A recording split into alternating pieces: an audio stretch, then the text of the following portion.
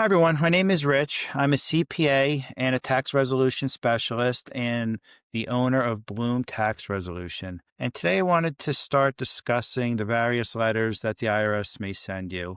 There are dozens of them, and I would like to cover all of them over time. So we're going to start with the CP2000, which I have up on the screen. The CP simply refers to computer paragraph. So in the upper right-hand corner, you're going to notice some information. You have the name of the notice, the tax year it's for, the date, the social security number of the taxpayer, name and address.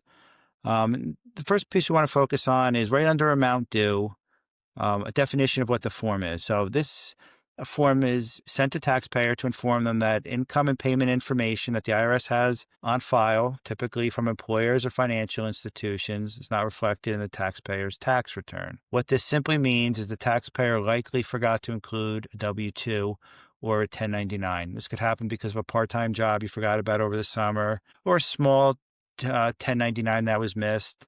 One other item you do see from time to time is people do not include information on the sale of a home if they believe they're within the exemption, not understanding they still need to report it. So that could also trigger this type of notice. So the IRS gives you instructions on what to do if you agree with the changes.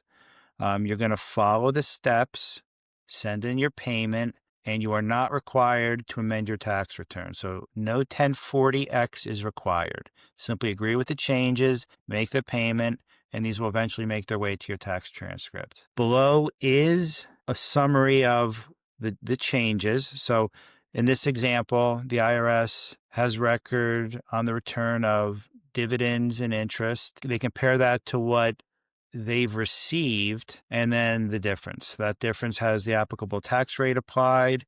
Below, they also break down exactly where these amounts are coming from. So they break down where the interest is coming from, who the payer is, in this case, State Farm. Same with the 1099 DIVs, Vanguard. So they give you all this information. So first thing you need to do is definitely check your tax return. Make sure they're missing. Look at your tax transcript, see that they're on your tax transcript, and follow the process if you agree. If you don't agree, what you're going to want to do is get evidence as to why the information is incorrect and respond to the letters. Reasons that it could be incorrect could be identity theft, a form sent in error, wrong social security number. It could be missing information such as basis. In the case of a 1099-S, they're going to get reported information on the sale of the house, but because it wasn't included on the tax return, the cost basis is missing. So those are some reasons why they could be incorrect. There's a lot more, but that's a very high level. This kind of sums up the 1090. This sums up the CP2000. It's a very straightforward form. Information's missing. It's probably a W-2 or a 1099.